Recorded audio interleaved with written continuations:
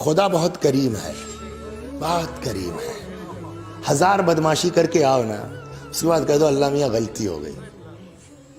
غلطی نہیں کہو بھی مت اللہ میاں سے، صرف سوچ لو کہ یار گڑبڑ ہو گئی.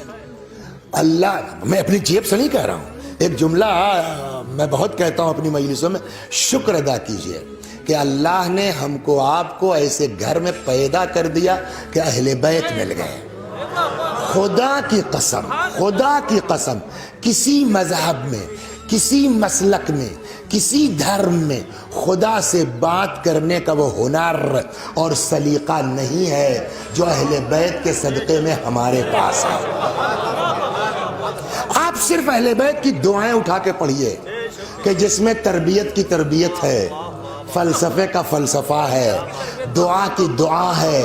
ایک شروع میں ہے 15 مناجات مفاتی میں، علماء تشریف فرما یہ مجھ سے بہتر جانتے ہیں، ہے نا، 15 مناجات جس کا نام ہی ہے مناجات 15، الگ الگ موضوع پر شکوہ کرنے. اللہ سے شکوہ بھی کر سکتا ہے، شاکین کی مناجات و فلاں. پہلی مناجات ہے اس 15 مناجاتوں میں انجینئر صاحب، مناجات التائبین، توبہ کرنے والوں کی مناجات. اس میں آدھے کے آس پاس جب پہنچیے گا ایک فقرہ ہے، الہی ان کان الندم علی الذنب توبۃ فانی وعزتک من النادمین. خدا اگر گناہوں پر شرمندہ ہونا یہی توبہ ہے تو تیری عزت کی قسم ہم اپنے گناہ پہ شرمندہ ہیں. اس کا کیا مطلب ہوا؟ یعنی توبہ نہ کرو، خالی شرمندہ ہو جاؤ. اچھا یہ بتائیے حر نے امام حسین سے معافی مانگی تھی؟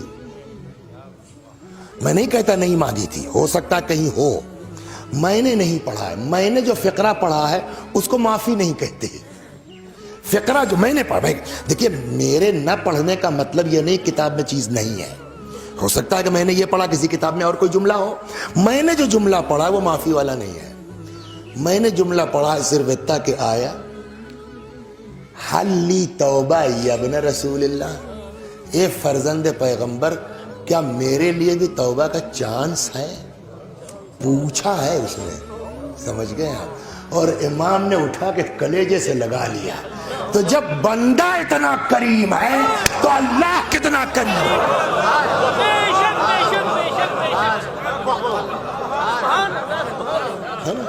میں نے کہا 1000 بدماشی کر کے آؤ، شرمندہ ہو جاؤ، اللہ کہتا ہے معاف کر دے گا، ہے نا، توبہ کر.